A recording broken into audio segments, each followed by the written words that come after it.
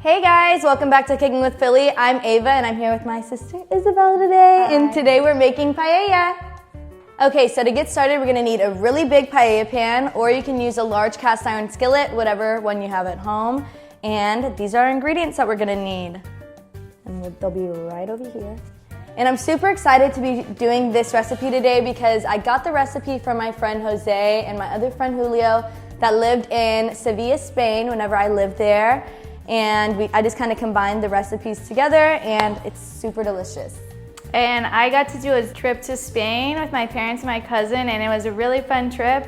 So I'm excited to try paella again because that's the country's national dish. Staple. Yeah, so I'm excited.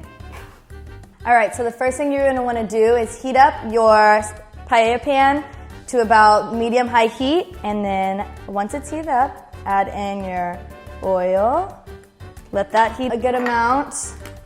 Add in your sea salt. Be really generous with this.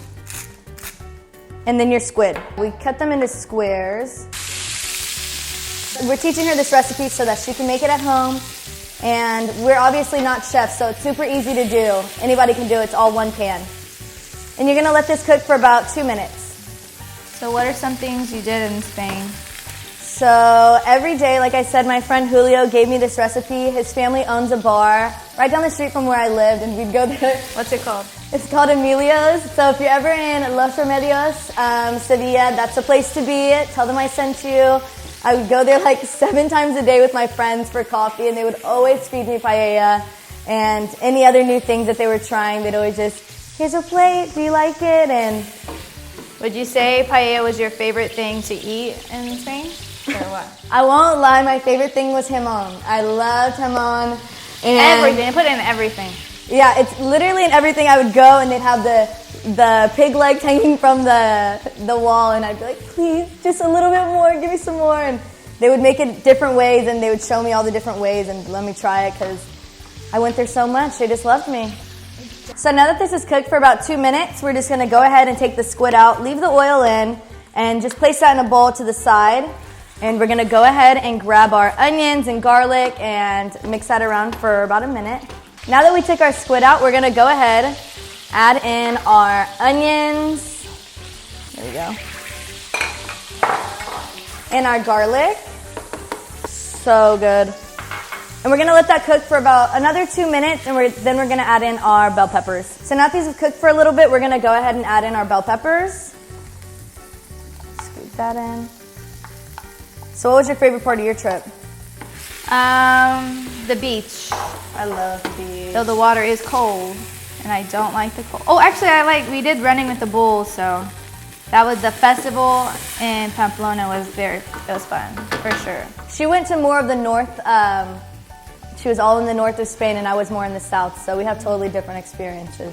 So we let our bell peppers cook down for a little bit. So now we're gonna add in our tomatoes and let that cook down. And if you like it more tomatoey, feel free to add in extra.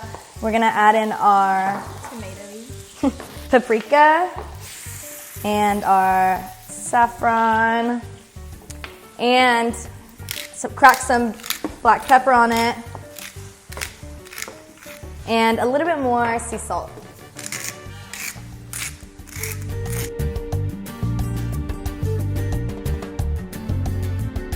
So now we're gonna add in our squid again and our vegetable broth. You can also use seafood or fish broth, but this is what we had, so making it easy. And we're gonna let that come to a boil, and once it does, we're gonna add in the rest of the ingredients. So whenever I was living in Sevilla, my grandma would always call me and she would say, your grandfather would be so proud of you, and it's because he's actually from Spain, so. He's from Banuelos. Yeah, and he sailed from a town near San Sebastián in the north, off the north coast. To Mexico, and then With his brother, and his brother went the opposite direction. He came over to Texas.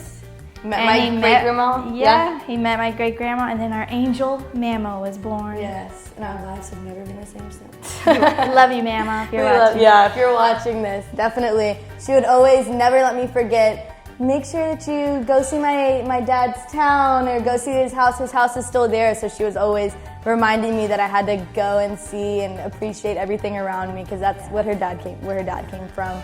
And in Spain, they're very proud people. They're proud of their country, so she's very proud of their culture. That part of her life.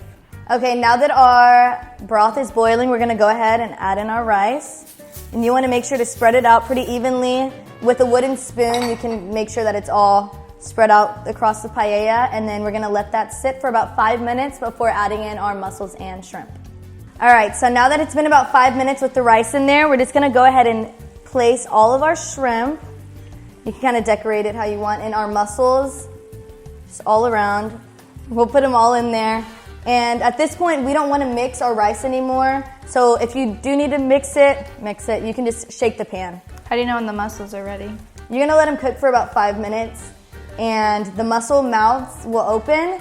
And you wanna make sure while you're cooking these that they're alive, because you'll notice if the mouths aren't open, that means that they were dead whenever you started cooking them, and you can get really sick from it. So you wanna make sure that they are definitely alive before you start cooking. And you're gonna let this cook for about 5 more minutes on high heat. And if it's open, okay, here's a trick. If it's open, you can kind of tap it. And if the mouth closes, that means that it's still alive. If the mouth stays open and it's just talking to you, then that means that it's not alive. Throw it away. Once it's been about 5 minutes, we're gonna turn it on low heat.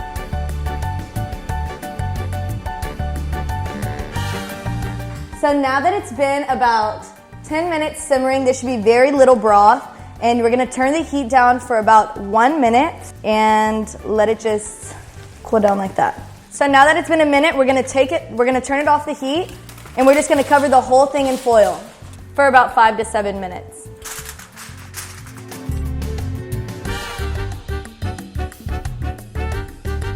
All right, it's been about 6 minutes.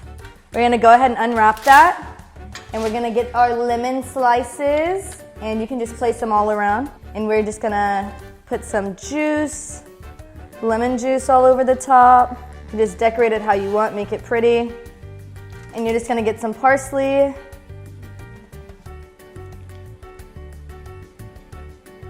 There we go, your paella is completed.